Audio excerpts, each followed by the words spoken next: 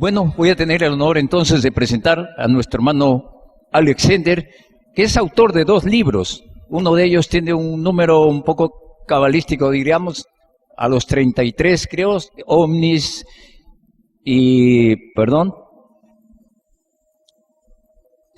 Enigmas y Arqueología Prohibida. Ese es uno de sus libros. Después tiene otro libro que es Ica, Señales al Cielo. Bueno, quiero presentarles entonces, sin más ni más, a nuestro hermano ingeniero Alexander, para quien solicito un caluroso y fraterno aplauso. Adelante, hermano. Buenas tardes.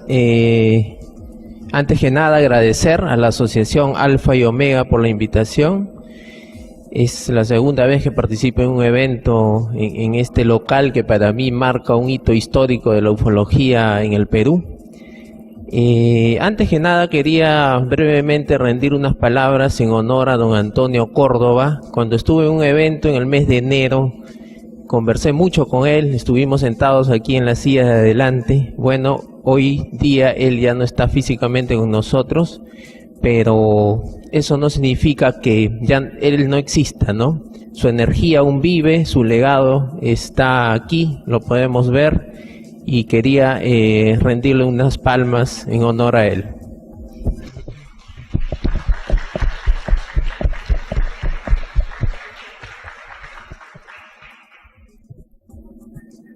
Muchas gracias. Voy a empezar mi exposición mostrándoles un video que fue filmado en el mes de junio, justamente en la zona de Nazca, en la Pampa de Nazca, sector de Socos.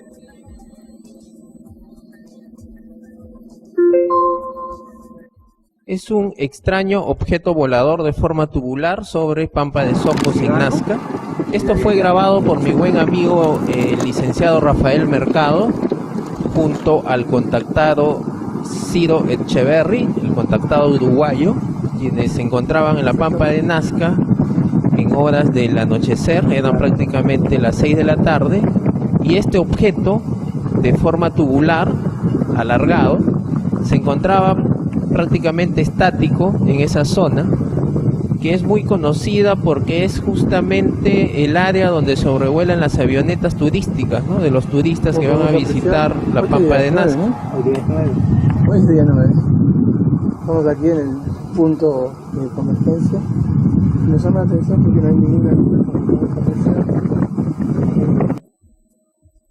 Vamos a hacer un acercamiento para que vean a mayor detalle la forma del objeto.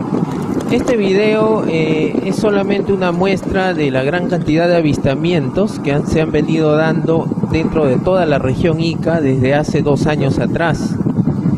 Más o menos a partir de finales del año 2016 empezó lo que yo he considerado una oleada de avistamientos por la gran cantidad de sucesos, de fenómenos aéreoanómalos que se han venido dando en las diferentes provincias de la región Ica. Muchos de los cuales han sido fotografiados, filmados y otros testimoniados por diferentes personas que han tenido la oportunidad de ver estos enigmáticos objetos. Se puede ver en la parte posterior de este objeto como una especie de aletas, unas alas, lo cual vamos a ver con mayor detalle en el análisis de los fotogramas que sigue a continuación. En la parte de atrás se ve como una especie de puntas, unas aletas, un objeto perfectamente simétrico, ¿no?, una forma tubular. Se han venido dando avistamientos de objetos de forma no solamente tubulares, también en formas discoidales, esferas, así como también la presencia del llamado humanoide volador dentro de la región Ica. Más adelante les voy a mostrar algunas de estas imágenes de lo que les estoy mencionando en este momento. Bueno, entramos directamente con el contenido de la exposición que hoy día les he traído, la cual he titulado Región Ica, Tierra de Contacto y Grandes Revelaciones. Es la portada de mi libro A los 33. donde hago una compilación de diferentes casos que se han venido dando dentro de mi región desde el año 1947 hacia adelante. El año 1947 marcó un hito en la historia de la ufología porque ese año se inició lo que llamamos la era moderna de los ovnis. En realidad este fenómeno, por decirlo de alguna manera, ya se ha venido dando de mucho tiempo atrás, muchos siglos, muchos milenios posiblemente, pero 1947 con el avistamiento de Kenneth Arnold en los Estados Unidos empieza la llamada era moderna de los ovnis, ¿no? Esta es una muestra de un periódico de allá de Ica, del año 1965, donde decenas, quizás cientos de ciudadanos iqueños ven la presencia de objetos voladores no identificados. Incluso en este caso, por ejemplo, titula el diario que vieron descender platillos voladores en Ica, ¿no? Esto sucedió cerca del sector que allá conocemos como San Joaquín. Un caso también clásico que se dio allá en Ica, año 1953, y que fue investigado por el norteamericano Richard Greenwell, que es un investigador que vino al Perú a recoger algunos casos ovni, es el del señor Alberto Prado, quien tiene el avistamiento de un extraño humanoide que medía más o menos 2 metros de altura, vestido con un traje similar al de un astronauta, portaba una escafandra en la cabeza. Esto sucedió a la altura de Pozo Santo, que es un sector que se encuentra entre Pisco e Ica. Lo curioso de este avistamiento de una extraña entidad es que cuando el señor Alberto Prado se aproxima a este ser, inmediatamente se empieza a registrar alteraciones eléctricas en el automóvil del vehículo del testigo. En el año 1967, el señor Enrique Alonso y Reinaldo Moretti, también en la zona de Pozo Santo, son testigos de la persecución prácticamente de un objeto no identificado de forma discoidal con cúpula, el cual tenía una gran cantidad de luces de colores, similar a un árbol de Navidad, y los testigos logran ver que incluso el objeto aterriza a un lado de la carretera Panamericana Sur. En el año 72, en la zona de Nazca, el señor Tito Rojas y Adolfo Peñafiel son testigos también de este avistamiento, este encuentro cercano con una entidad, la cual desciende de un objeto que tenía estas características, forma lenticular, como una lenteja, con 3 patas a manera de trípode. Este ser estaba vestido de un traje de color verde muy ceñido al cuerpo. Les estoy mostrando un compilado de algunos de los casos más importantes que se encuentran publicados en mi libro A los 33. Otro de estos casos es el del conocido escritor iqueño Juan Rivera Tosi. Él era un gran conocedor de lo que llamamos cosmovisión andina, fotógrafo. Él en uno de sus retiros que solía hacer al desierto, bueno, él a veces iba a tomar algunas fotos, a hacer un poco de meditación al desierto. Tiene el contacto directo con 3 entidades de aspecto nórdico, quienes le comunican acerca del gran valor histórico de ese desierto y del cuidado que debemos de tener. El señor Juan Rivera publica algunos libros como el que vemos aquí, que son libros muy conocidos allá en mi región. Se han dado casos también en lo que se conoce como el desierto de Ocucaje. Allá en Ocucaje los pobladores se dedican a muchos oficios, entre ellos la agricultura, la pesca artesanal.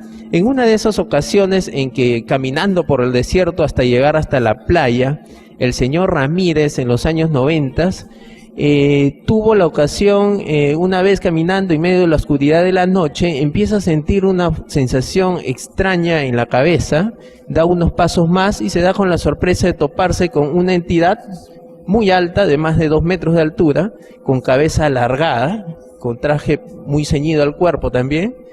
No fue la única ocasión, según lo que me contó este señor. También en otras oportunidades pudo ver entidades de menor estatura caminando en medio del desierto de Ocucaje. Este es un caso del señor Lucio Huamanyahui que ocurre el 9 de agosto del 2007. Posiblemente esté relacionado con el terremoto que tuvimos allá en la región Ica. Ocurrió 6 días después, el 15 de agosto. El señor Lucio Huamanyahui, un heladero que regresaba de la Huacachina hacia la ciudad, aquí vemos un gráfico de lo que ocurrió, se topa con una entidad muy alta, que medía prácticamente 3 metros de altura, vestido de una túnica blanca y con cabellos dorados y un resplandor muy peculiar. Esta entidad le comunica algo así como que existe mucha perversidad en las acciones del hombre y que se iba a rayar la paz de la tierra. Es el mensaje que le comunica, y 6 días después ocurre el terremoto en Ica. Ligados a este acontecimiento telúrico se dio también una gran cantidad de avistamientos en aquella época, ¿no? Mediados del año 2007. Otro caso muy importante ocurrido en el desierto de Ocucaje es el del señor Klaus Honinger, que más tarde va a estar aquí con nosotros. Seguramente él les va a dar mayores detalles de su experiencia. Él tiene la oportunidad de toparse con la presencia de entidades, cabezas largas en el desierto de Ocucaje, extremidades superiores muy largas, que terminan en unos dedos alargados bastante puntosos. Esto ocurre en noviembre del año 2011. Como un hecho anecdótico, cuando ocurrió este incidente, que fue a finales del 2011, yo no tuve conocimiento de lo que había ocurrido a Klaus, ni siquiera lo conocía en aquella época. Recién me enteré de su caso 2 años después, más o menos a mediados del 2013. Lo curioso es que cuando supe de la fecha en que había ocurrido este incidente, noviembre 2011, los últimos días, recordé que en los primeros días de diciembre del 2011 yo realicé un campamento, también al desierto de Ocucaje, y en esa ocasión tuvimos la oportunidad de avistar de muy cerca la presencia de objetos voladores no identificados. ¿Casualidad? No lo sé, quizás sea más bien causalidad, pero personalmente lo sentí como una confirmación, ¿no?, de lo que había ocurrido, ambos incidentes prácticamente en la misma fecha, ¿no? Uno de los grandes enigmas que tenemos en la región Ica es el de las cabezas largas, de los paracas. Esto es algo que nos vienen enseñando desde la época del colegio, ¿no? Ya lleva hace muchos años dentro de la currícula hablar de la cultura paracas, de las cabezas largas. Oficialmente lo que se dice es que esto es producto del aplanamiento con tablillas y la unión por ajuste de cuerdas, ¿no? Bueno, podría ser una técnica que funcione, pero se dice pues que esto requiere de muchos años, ¿no? Desde que uno nace, es bebé, le colocan las tablillas, tiene que pasar muchos años, se va desarrollando la masa craneal del ser humano, hasta llegada la edad adulta podemos tener esta forma de las cabezas, lo cual es una práctica que también se realiza en otros continentes y que es válida, ¿no? Pero ¿qué sucede cuando se han hecho análisis algunos ejemplares de estas cabezas largas? El señor Brian Foerster llevó algunas de estas muestras de cráneos paracas para ser examinadas por expertos genéticos, y una de las conclusiones a las que llegaron es lo siguiente, ¿no? No estoy seguro que eso incluso encaje en el árbol evolutivo conocido, escribió el genetista. Agregó que si los individuos de paracas fueron tan biológicamente diferentes, no habrían sido capaces de cruzarse con los humanos. El ADN tenía mutaciones desconocidas en cualquier ser humano, primate o animal conocido hasta ahora, y opinó que estaríamos tratando con una nueva criatura semejante al humano, pero distante al Homo sapiens. O sea, exactamente esto no sería un Homo sapiens, ni un Neanderthal, ni algo conocido, ¿no? Le pusieron como título Homo sapiens paracas, como una especie paralela, desconocida, que no encaja necesariamente con los homínidos. Bueno, recientemente en febrero de 2008 se ampliaron estas investigaciones y se confirmó que efectivamente el ADN parece no corresponder con el de un humano normal, ¿no? Hay otras características muy peculiares, por decirlo de alguna manera. Si esto fuese producto del amoldamiento por tablillas, no necesariamente tendría que aumentar el volumen craneal el cual en algunos ejemplares ha aumentado en un 25%, y tampoco tendría que aumentar el peso de los cráneos, que en algunos ha encontrado un aumento de hasta un 60%, ¿no? Si esto fuese así, ¿cómo es posible que se hayan encontrado cráneos alargados ya de bebés? Este es un bebé, debe tener apenas unos pocos meses de nacido, y sin embargo ya tiene la característica elongada, ¿no?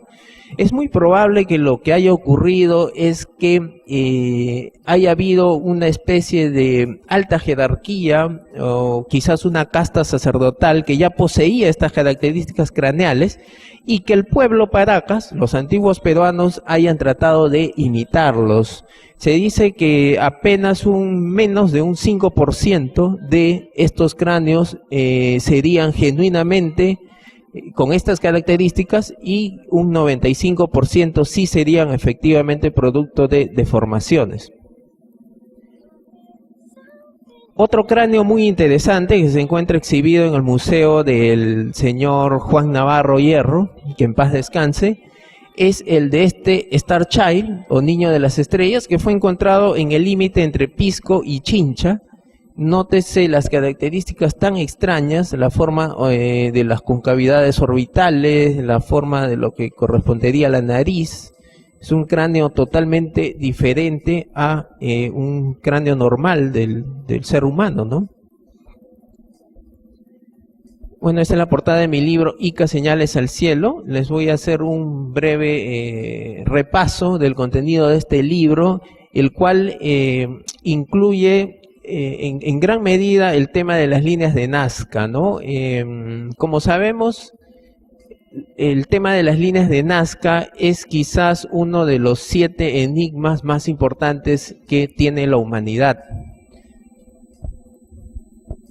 Se llaman líneas de Nazca porque en realidad lo que más abunda dentro de la pampa son líneas rectas, justamente como las que vemos aquí.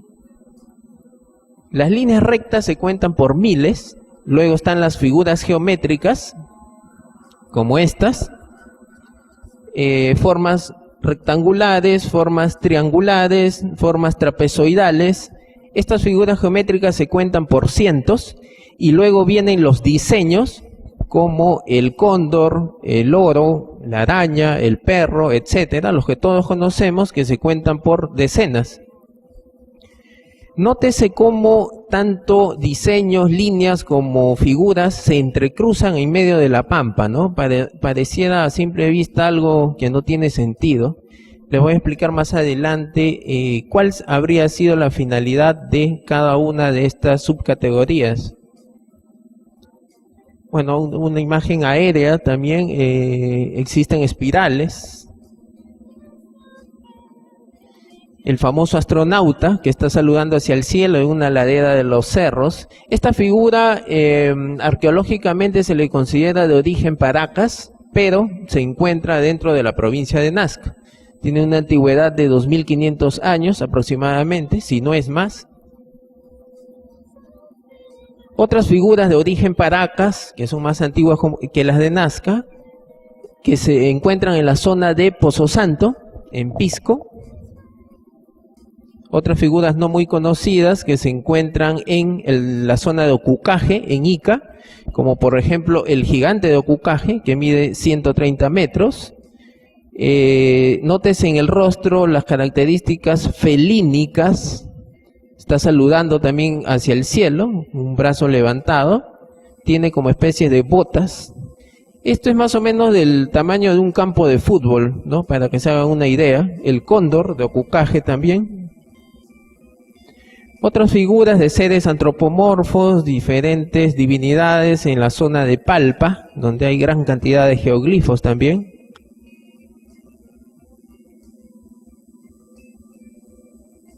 Otro gran enigma es la ciudadela de Cahuachi, que más o menos traducido al castellano quiere decir algo así como ciudad de videntes. Es muy probable que este lugar haya estado habitado por la alta jerarquía de los nazcas, quizás sacerdotes con ciertas capacidades especiales, extrasensoriales, personajes que por ciertas características quizás resaltaban por sobre el pueblo Nazca, ¿no? Nótese las construcciones de tipo piramidal, pirámides escalonadas en varias hectáreas. La gran mayoría aún se encuentra enterrada. Esta es una maqueta en 3D de lo que sería Cahuachi si estuviera desenterrado a un 100%, ¿no? Gran cantidad de construcciones piramidales del tipo escalonados, que, bueno, en su interior tienen pasadizos, ¿no? Galerías. Estas no son construcciones, digamos, solamente superficiales, sino que también existen hacia adentro, ¿no? Otro gran enigma que existe dentro de la región Ica y que está relacionado a los nazcas es el de los cerros cortados. Nótese estos cerros que han sido rebanados en su parte superior, donde se han creado como especies de pequeñas planicies o pequeñas mesetas donde se han grabado figuras geométricas y líneas. En la siguiente lo van a ver un poco más claro. Estos son cerros grandes, ¿no? Esta figura de tipo triangular mide más o menos 300 metros, ¿no? Lo que vendría a ser el pico de este cerro simplemente ha desaparecido. No hay un rastro geológico que haya sido dispersado hacia los costados. No sé qué tipo de tecnología se haya utilizado para poder armar esto, pero es un gran enigma hoy en día contemplarlos. Mayormente se encuentran en la zona de Palpa. Otro gran enigma en Ica es el candelabro de Paracas, 175 por 80 metros. Es muy probable que lo que esta figura esté, la función que esté ejecutando al estar ubicada en este lugar es el de señalizador. Es una de las teorías que se han dado acerca de su finalidad. Posiblemente esté apuntando hacia un lugar sagrado, hacia la zona sur justamente. Los arqueólogos oficiales dicen que esto es una figura Paracas. Yo disiento un tanto con esta posición porque los Paracas en realidad realizaban sus geoglifos utilizando otra técnica, la técnica acumulativa, y esto no, como que no corresponde, ¿no? Aparte también que los Paracas solían hacer sus geoglifos en conjunto, en grupo. Sin embargo, el candelabro está en solitario, no hay otra figura cerca. Otro gran enigma es Cerro Blanco, quizás la duna más alta del mundo, ubicada en Nazca, camino a Puquio, subiendo hacia la serranía. Hay toda una leyenda detrás de Cerro Blanco. Se dice pues que una antigua princesa nazca, por un castigo de los dioses, quedó enterrada en este lugar. Para los antiguos nazcas era un apu muy importante. Se han encontrado vestigios han hecho rituales en la parte alta del cerro. Hace algunos años me comentaron la gente de Nazca que habían llegado norteamericanos a querer investigar qué había dentro de Cerro Blanco, ¿no? Es muy probable que este cerro en realidad tenga un origen artificial. Los que han ido a Nazca conocen la geografía de Nazca. Es de este tipo, ¿no? Es un tanto rocosa, gran cantidad de minerales, abundan los guijarros rojos. Es un terreno rocoso. Sin embargo, Cerro Blanco es un cerro de arena fina que está en medio de una geografía que parece no corresponde, ¿no? Posiblemente exista algún vestigio histórico, un sitio arqueológico muy importante dentro de Cerro Blanco y que por algún motivo en el pasado fue cubierto con esta enorme masa de arena. Otro gran enigma dentro de la región Ica, exactamente en Pisco, es la huella de la serpiente, que mide 2.5 kilómetros de longitud. Son agujeros de este tipo, que miden más o menos 80 centímetros, 1 metro, algunos un poco más, que tienen esta configuración si lo vemos desde lo alto, ¿no? Es como si fuese la marca de una serpiente que ha ido reptando por los cerros. Si lo vemos desde las 6 de la tarde, más o menos, la sombra que proyectan estos agujeros asemejan justamente a escamas, parecieran las escamas de una serpiente. ¿Quién hizo esto? ¿Con qué propósito? No lo sabemos exactamente. Para explicar el tema de las líneas de Nazca, yo considero que es necesario plantear una teoría multipropósito. ¿Qué quiere decir esto? Que han habido más de un propósito para haberlas hecho.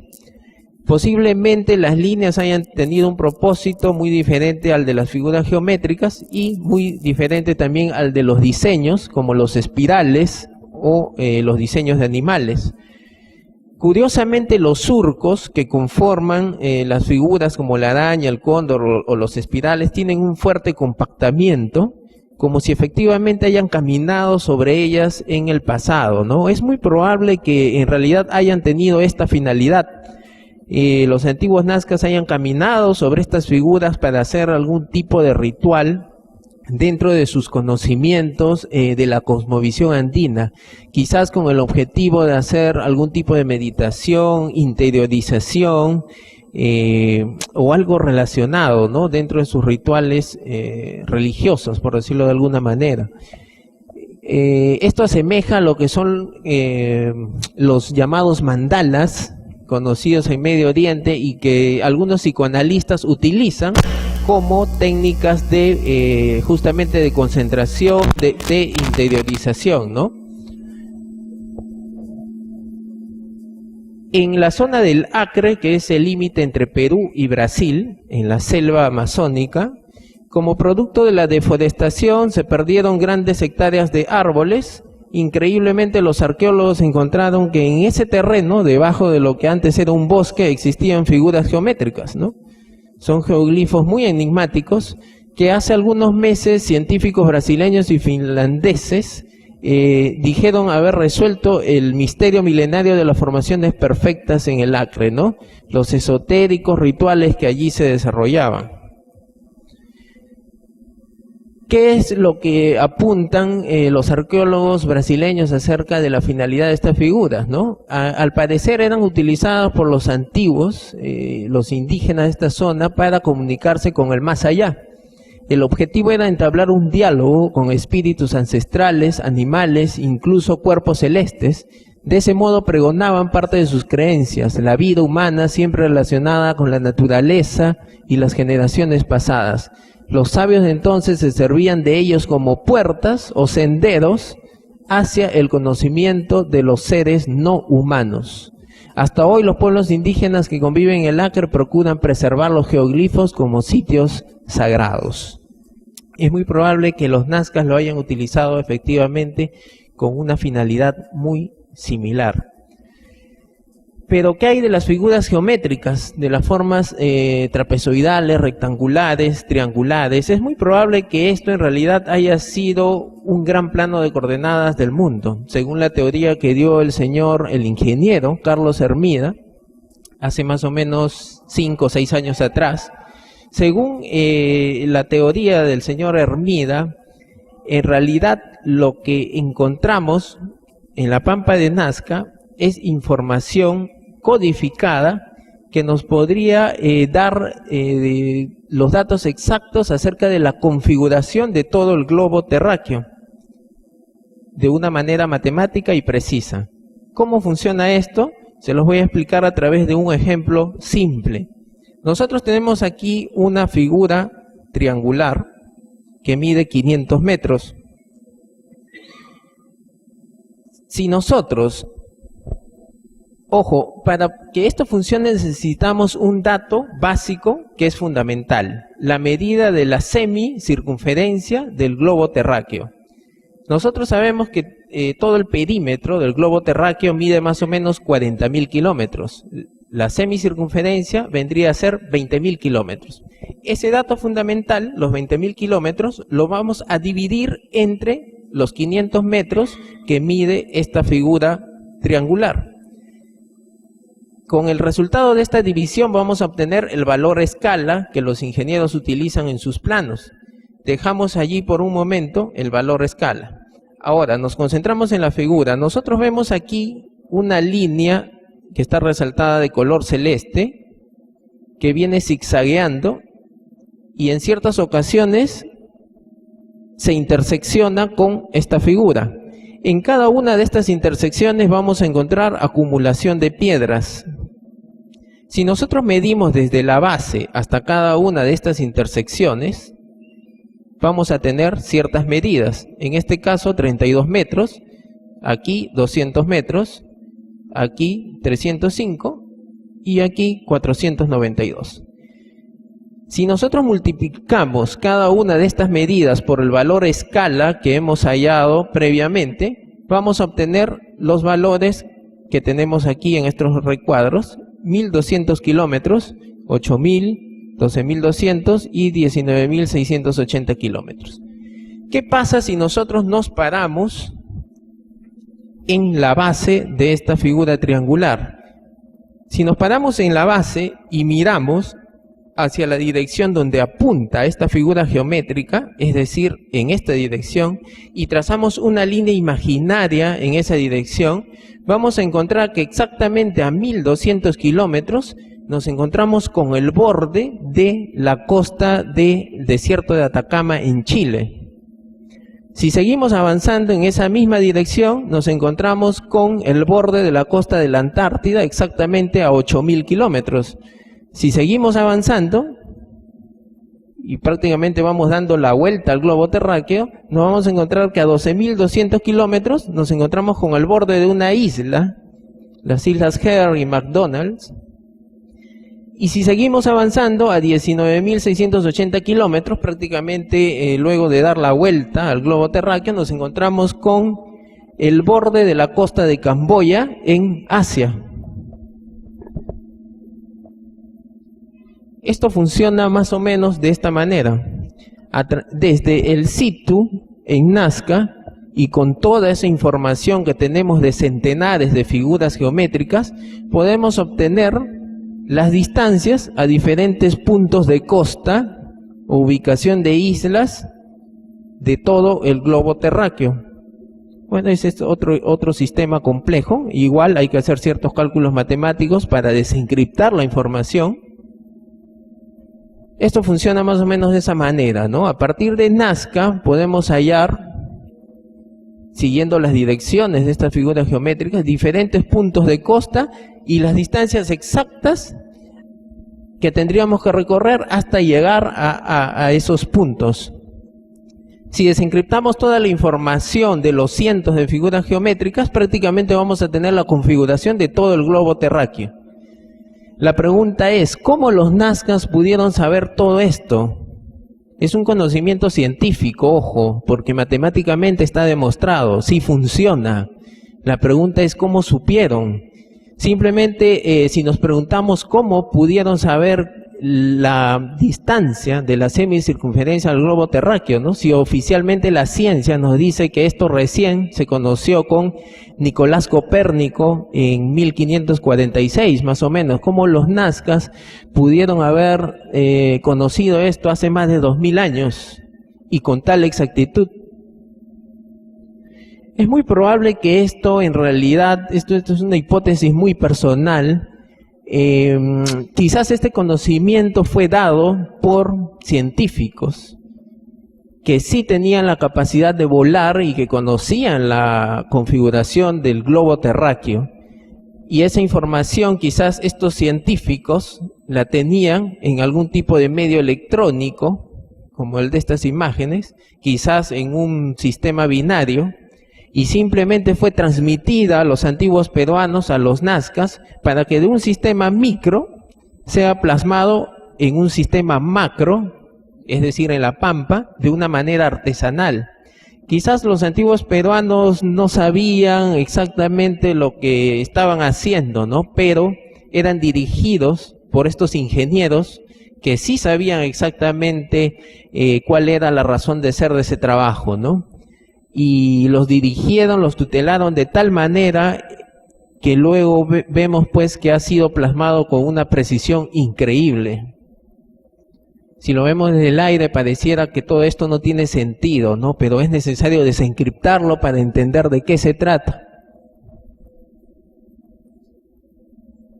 En lo que se refiere a las líneas, porque ojo, bueno, regreso a la anterior. Estas líneas rectas que nosotros vemos en toda la pampa de Nazca. No todas tienen el mismo grosor, hay algunas que son un tanto más delgadas y las principales son un tanto más gruesas, ¿no? Ya se han hecho experimentos con magnetómetros en algunas de estas líneas principales y efectivamente se ha comprobado que existen alteraciones magnéticas dentro de ellas. En 1800, bueno, en el siglo pasado, ya a inicios del siglo pasado, el arqueólogo aficionado y esotérico Alfred Watkins postuló la teoría de las líneas Ley, el mapa oculto de la Tierra. ¿Qué quiere decir esto? Según esta teoría, el planeta sería algo muy similar a un balón de fútbol, a una pelota, que está conformado por paños, ¿no? Y entre cada paño hay líneas. Esa sería más o menos la configuración. Estas líneas serían como corrientes de energía del planeta, por donde circula la energía. Pero, ¿qué sucede en los puntos donde estas líneas se interceden? Son puntos energéticos muy importantes.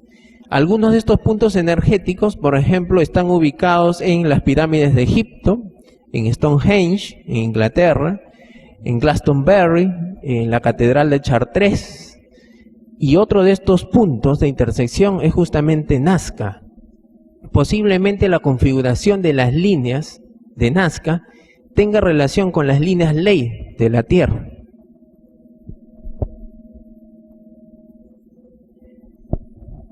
Bueno, lo que les voy a mostrar a continuación son un poco del trabajo que vengo investigando actualmente y que aún no he publicado, pero les voy a mostrar un avance.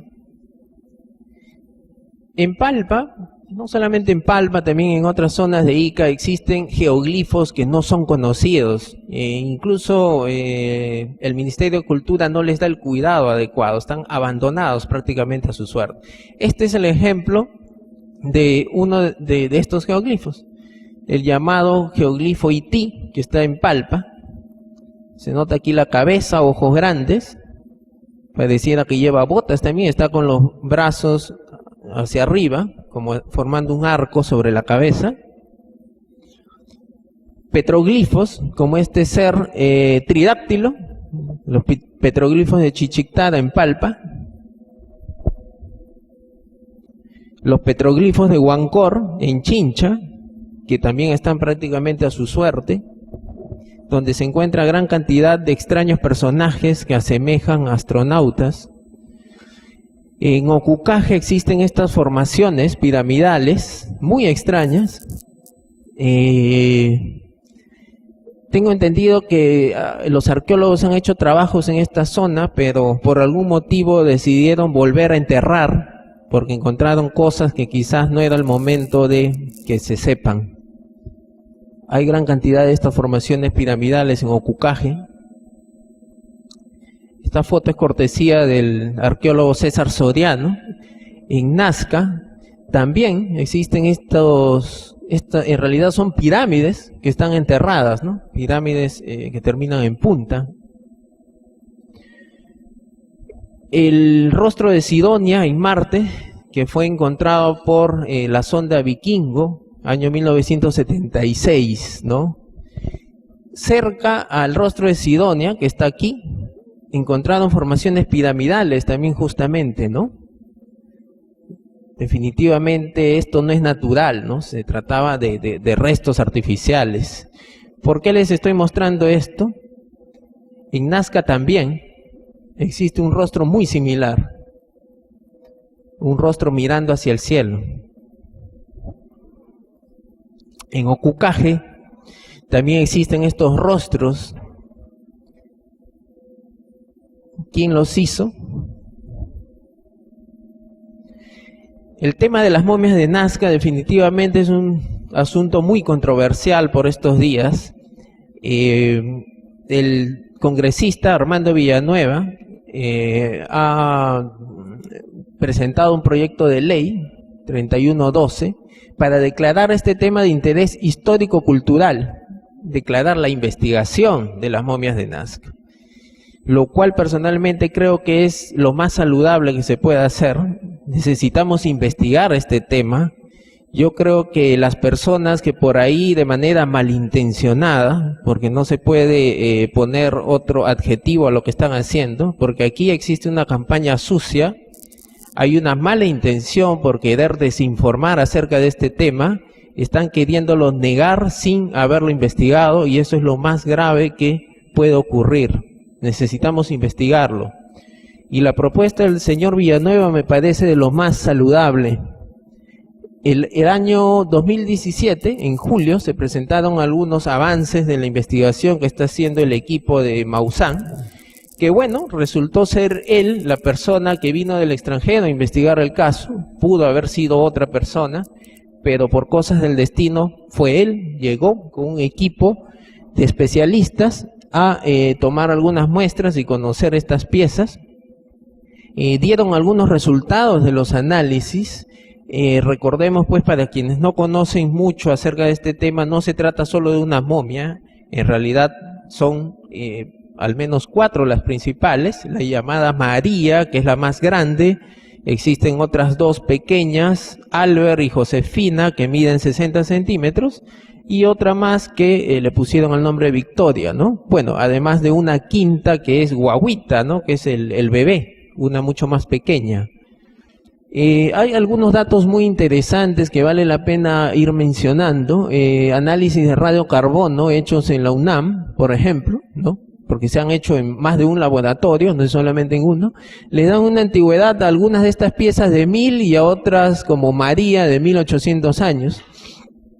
Hay características muy interesantes en María, como por ejemplo las órbitas de los ojos, la mayor separación de los huesos del brazo, la forma de las líneas dactilares de los dedos, que son rectas, no son de forma espiralada como las nuestras. Momias con órganos en su interior, por lo tanto se trata de cuerpos desecados, ¿no? La momia Albert, una de las pequeñas de 60 centímetros, presenta costillas horizontalizadas, un esqueleto biomecánico correcto, ¿no? Bueno, María, por ahí un dato interesante es que las terminaciones de sus dedos terminan en 90 grados, los dedos de los pies, más o menos de esta forma, ¿no? No son estirados como los nuestros.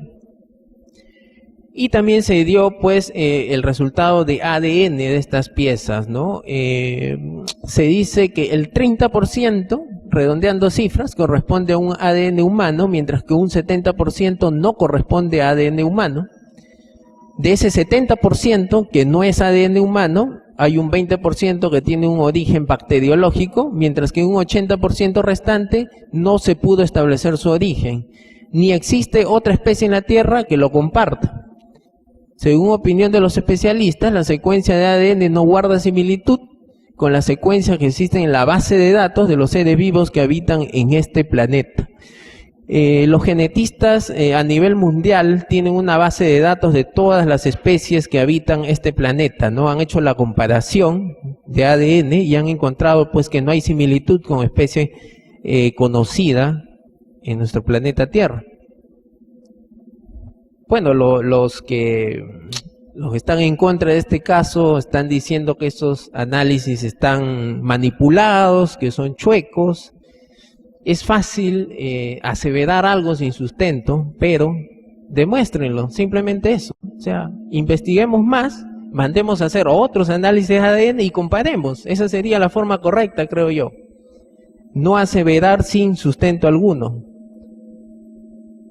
Algunas características de María también. Bueno, ya sabemos que lo más resaltante de esta momia son los 3 dedos, por eso les llaman tridáctilos. En la última presentación que hicieron en el Congreso de la República el mes pasado, se mostraron imágenes en alta resolución, ya no las placas radiográficas, ¿no? Esas que uno va a cualquier hospital y te sacan una placa en blanco y negro, ¿no? Que generalmente no ayuda mucho. Los investigadores sacaron imágenes tomográficas y imágenes en alta resolución, como lo que vemos aquí, para poder obtener más detalles. Y se encontraron otros datos interesantes, por ejemplo, a ver qué podemos decir. Bueno, la estatura de la momia, 1.70 7 metros, tienen 5 falanges, tanto en pies como en manos, ¿no? Bueno, ahí hay algunas de las imágenes en alta resolución. Vean la forma de las manos. A simple vista, pues se ve que aquí no existe manipulación alguna, ¿no? A veces no hace falta ser muy erudito en un tema, ni muy científico, simplemente es necesario aplicar el sentido común, el cual es tan comúnmente poco utilizado, ¿no? Basta ver para darse cuenta que aquí no hay manipulación, ¿no? Se notaría claramente que ha habido un reajuste de huesos, que ha habido un limado o algo por el estilo, cosa que no se ve. Bueno, algunas características de Albert, la momia de 60 centímetros, y de Josefina.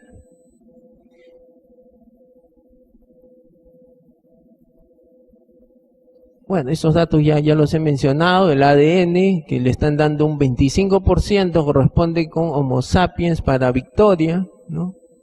Otra de las momias, unos 1000 años de antigüedad según el carbono 14.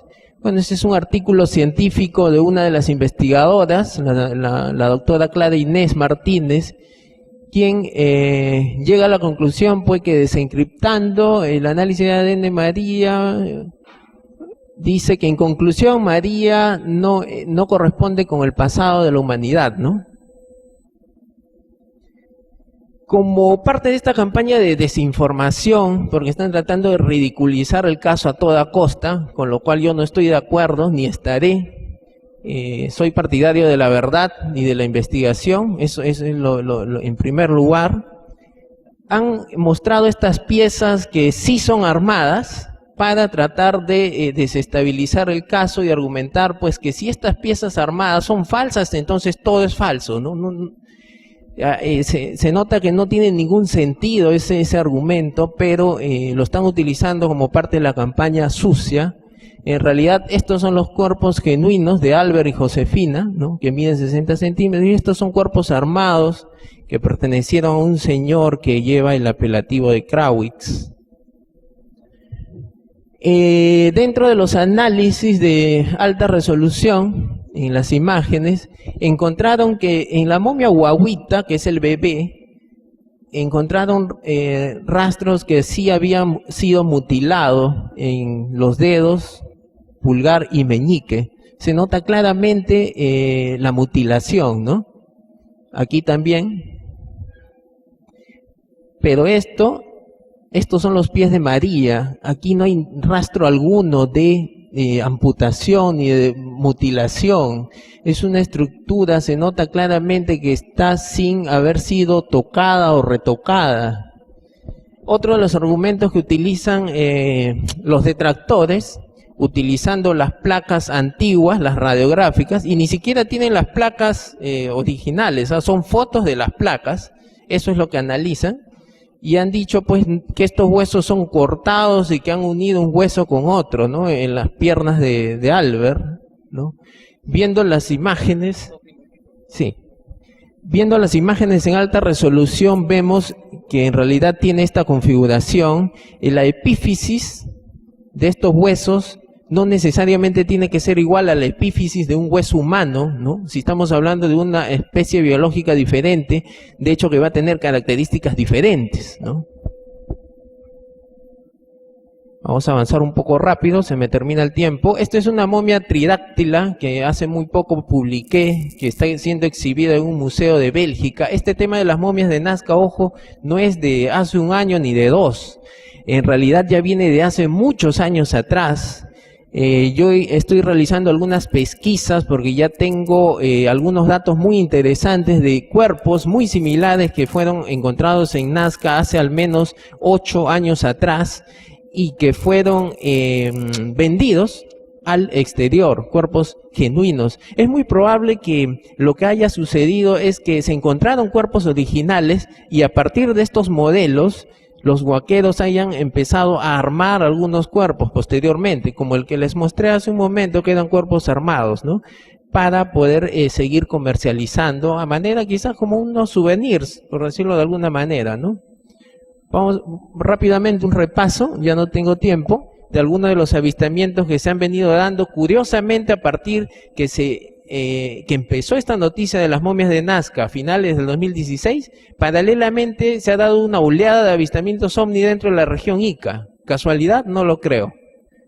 Esta foto es 2016 en la zona de Pampa Galeras, zona alta de Nazca. Vean la forma del objeto. En el año 2016 también, cortesía de mi buen amigo César Escalante, Paracas, un objeto que prácticamente estaba aterrizando. El humanoide volador, una figura que asemeja a un personaje que tiene la capacidad de volar y ha sido visto y fotografiado varias veces en Ica. Un objeto ovoide rojizo en Nazca, año 2017.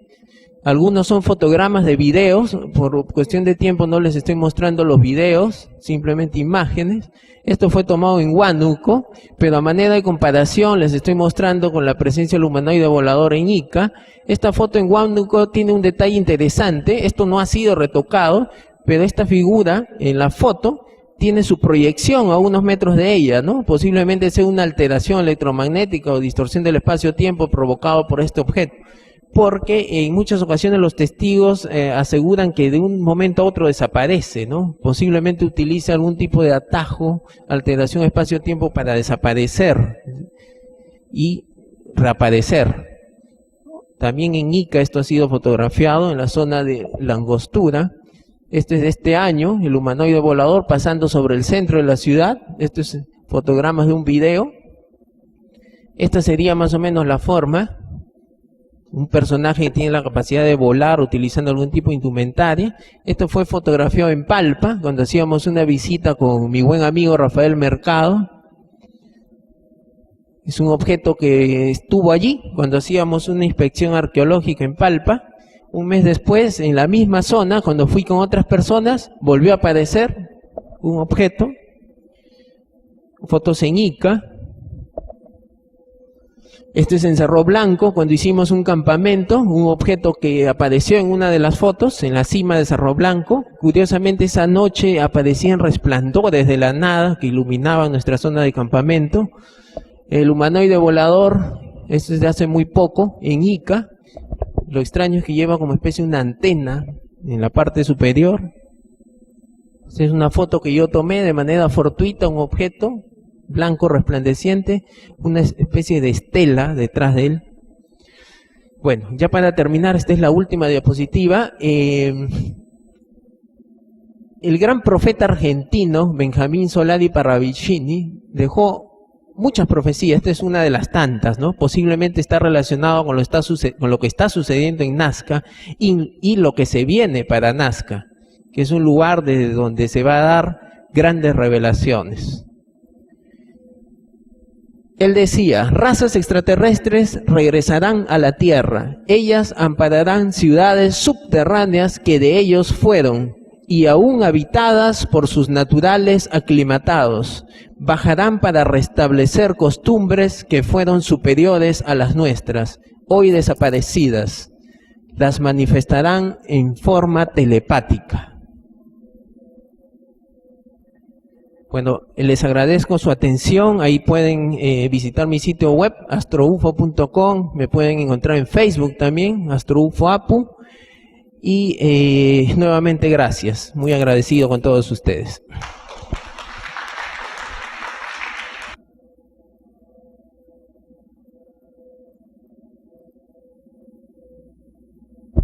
Le agradecemos la participación a nuestro hermano ingeniero Alex Sender. Él quisiera tener mucho más tiempo para exponer muchas más cosas, pero también nosotros. Sin embargo, se ha concluido el tiempo. Vamos a hacer un pequeño receso también de 10 minutos, para que ustedes puedan comer un sanguchito, tomarse un cafecito, no sé, pero y de pasadita se relajan, pues.